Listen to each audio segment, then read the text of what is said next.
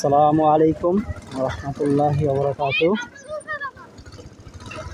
আলহামদুলিল্লাহ, আপনাদের সকলের দোয়াতে আলহামদুলিল্লাহ আমি ভালো আছি। আশা করি আপনারা সকলে ভালো আছেন।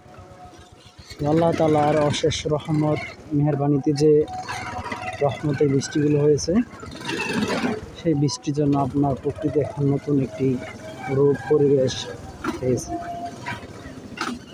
আর বিষয় হচ্ছে, বর্তমানে যে ধান চাষ রোপণ করা হচ্ছে, তো সেই জন্য একটা বড় একটু নিয়ামত বা উপকার হচ্ছে যে এই বৃষ্টির পানি। চারদিকে সবুজের ফসলের মাঠ এবং দক্ষিণা বাতাসে দুল খাচ্ছে, দেখতে খুব মনোমুগ্ধকর পরিবেশ। বিষয় হচ্ছে, গ্রামীণ পরিবেশের মজাই আলাদা, তৃপ্তি আনন্দই আলাদা। কারণ গ্রামীণ পরিবেশে যে মুক্ত অক্সিজেন থাকে, সেটা খুব পিওর।